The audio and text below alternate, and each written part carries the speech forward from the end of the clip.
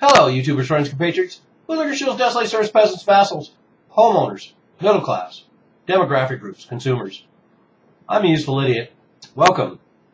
And today I want to talk about the middle class, or what used to be the middle class. And a rather startling article came out in the New York Times and essentially talks about the fact that corporate culture in America is fully aware that the middle class is dying. And they are going to start gearing, in fact already have started gearing, their products and services towards a upper demographic, the top 20 to 25% of Americans, because everything in the middle is hurting.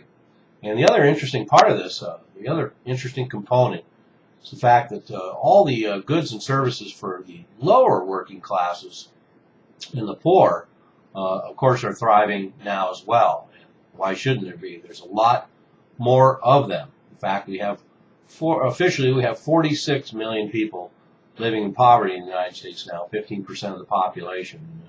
I would suggest that the population living in poverty is significantly higher there, maybe as much as double that, because there's a lot of people that are just off the radar. Certainly people living in poverty who are off the radar.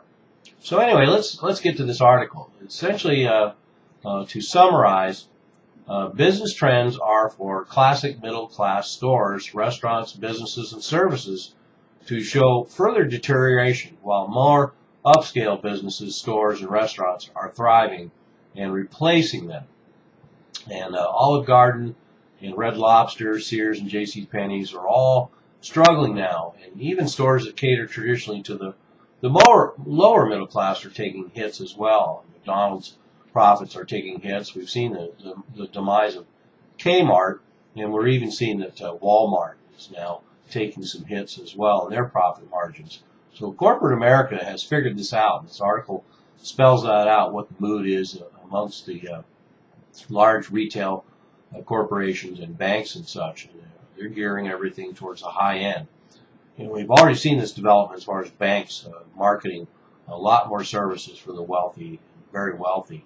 And that is their demographic as far as their banking services. They don't really need to offer any banking services to the middle class or the lower classes, because they're not going to make any money off of that other than people who are constantly delinquent, paying lots of fees. So anyway, we have, in this article, they quote a consumer group head who said that, quote, those consumers who have capital like real estate and stocks are in the top 20% are feeling pretty good. As a retailer or a restaurant chain, if you're not at the really high level or the very low level, that's a tough place to be. You don't want to be stuck in the middle, unquote. So how much have things changed in the United States when basically corporate culture is saying if you cater to middle class tastes, that's not a good place to be right now. So that bespeaks of a huge paradigm shift in the United States, and I'll get into the implications of that a little later. Let's stick with some of the gruesome numbers and details right now. So we have hotels, casinos, retail stores and chains, appliances, automobiles, restaurants, and services, all taking hits. The ones that cater to the middle class, and all the ones that cater to the top 5% and top 20% are all thriving, and then all the stores at the bottom are doing well as right now as well. And in fact, the Dollar Tree is thriving. And Dollar Tree is at the very bottom of the spectrum, consumer spectrum. And we've seen Loehmann's go out of business, and Sears and Penney's are spiraling downward and will probably not survive the next several years, barring some kind of miracle. And these are stores that traditionally cater to the middle class and the working class, and even the working poor. And instead, we have Barney's and Nordstrom's and a lot of higher-end stores. And the same trend is going on in restaurants. For example, Red Lobster and Olive Garden, two classic middle-class restaurant chains. Their profits have fallen every quarter but one since 2005. So they've had 10 years of declines. And yet places like Capital Grille, an upscale chain, is up 5% a year for the last 3 years. So their business has been booming. And one of the telling sides of this is the fact the average dinner check at Red Lobster and Olive Garden was $16.50 a person. The average dinner check for Capital Grille is $71 per person. So you'd think in the middle of a depression, recession, we would have more people flocking to a place where your average ticket is $16, not $71. But we're finding the opposite true, and the numbers belie all of this. In the top 5%, back 20 years ago, they were responsible for 28% of the consumption in this country. But now, here we are in 2014, and the top 5% are responsible for 40% of the consumption. So this top 20%, and I remind you that the top 20% also includes that 5% I just mentioned. But 20 years ago, in 1995, they were responsible for 53% of consumption. And now, in 2014, they're responsible for 61% of consumption. So the top 20% are now responsible for 61% of all the consumption in the United States. And then we have the bottom 80%, and it's the only demographic that went down. The bottom 80% were responsible for 47% of consumption in 1995, and now they're responsible for only 39% of consumption of the entire bottom 80% of the United States. So what we're seeing is that 90% of consumption is the top 20%. That's right. 90% of the consumption in this country, a consumption-driven economy, is being driven by the top 20%. No wonder they don't give a shit about everybody below that level. And the current recovery, the so-called recovery, is being driven entirely by the top earners.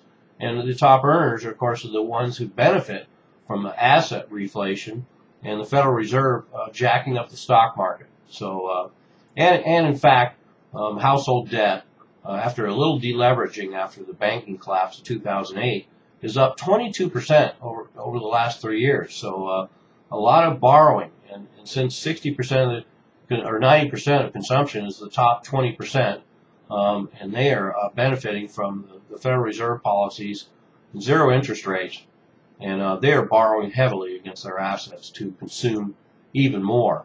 So that's where we are right now, and the overall statistics are pretty gruesome. And part of this so-called recovery that I call a depression, middle wage jobs accounted for 60% of all the jobs lost since the crash of 2008. 60% of all the jobs were middle-class jobs, and now only 22% of those have been gained as middle-class jobs. So we have an economy where everything's shifted down back to the service industry, and middle-class jobs are lost. So we have part-timers, we have temps, we have underemployed, we have every manner of people being pushed down into lower classes. And like I mentioned earlier, we have a staggering amount of people in poverty, 47 million people on food stamps, and an average student loan debt of $32,000. Rate of home ownership has fallen for 8 years in a row. Median household income has fallen for 5 years in a row. And the combined personal debt, $11 trillion in total debt. And of course, granted, a lot of that $11 trillion in debt is certainly that top 20%, but a lot of it is at in the lower classes as well, who can hardly afford that kind of debt now, whether it's student debt loan or having underwater mortgages or having massive credit card debt. So now let me talk about the implications, and this is an inevitable result of globalization. Not only do the wages and labor conditions in the United States have to equal out with everything else across the globe. So think of locks. The water levels have to even out so that a ship going through the locks can adjust to different water levels in the two water sources. And that's the same thing we have across the globe.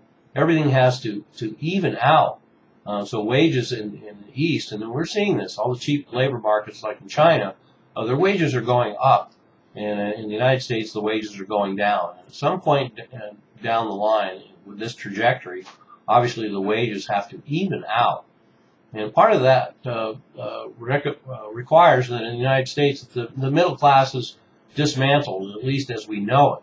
So we've been used to a demographic in the United States where the bulk of people are living a comfortable middle-class life. But that's no longer necessary. Corporate America doesn't need it. Corporate America doesn't need those workers. Corporate America doesn't need to create those jobs. Banks don't need people to make deposits.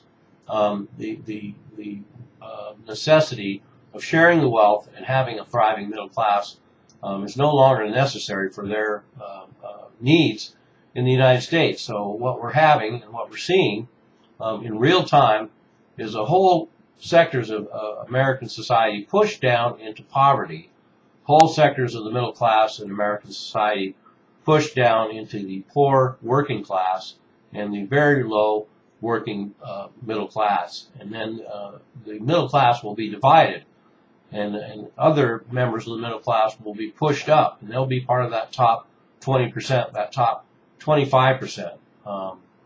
And that will be the middle class as we know it now. So they will be joining their friends up at the top in the 1%, reaping all the benefits of a banker-dominated society, while the middle class is no longer needed and will be further dissipated by these trends, economic trends in the United States. So that's ultimately what's happening here. That's what these stories like this and numbers like these confirm, that the middle class is being decimated. And the end result is we'll have a society, a two-tiered society, like we see around the globe and in developing and emerging third world countries. All right, I'm a useful idiot. Don't you be one too.